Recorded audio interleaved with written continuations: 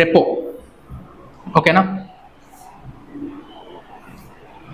Reverse repo, అదేవిధంగా MSF. So జాగ్రత్తగా observe చేయండి. నేనేం చెప్పాను, ఎంఎస్ఎఫ్ అనేది రెపో రేట్ కన్నా ఎక్స్ట్రా ఉంటుంది, ఎంఎస్ఎఫ్కి ఇంట్రెస్ట్ అనేది రెపో రేట్ కన్నా ఎక్స్ట్రా ఉంటుంది అన్నాను.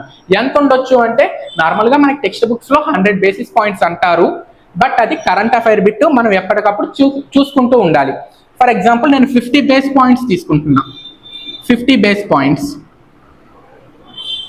50 బేస్ పాయింట్స్ అంటే 0.5%, ఓకేనా. రివర్స్ రెపో అనేది ఎప్పుడు కూడా రెపో కంటే తక్కువ ఉంటుంది, రివర్స్ రెపో అనేది రెపో కంటే తక్కువగా ఉంటుంది. సో దీనికి కూడా 50 బేస్ పాయింట్స్ తీసుకుందాం.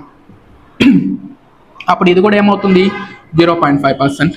సో ప్లస్ మైనస్, దీన్ని మనం ఏమంటామంటే కారిడార్.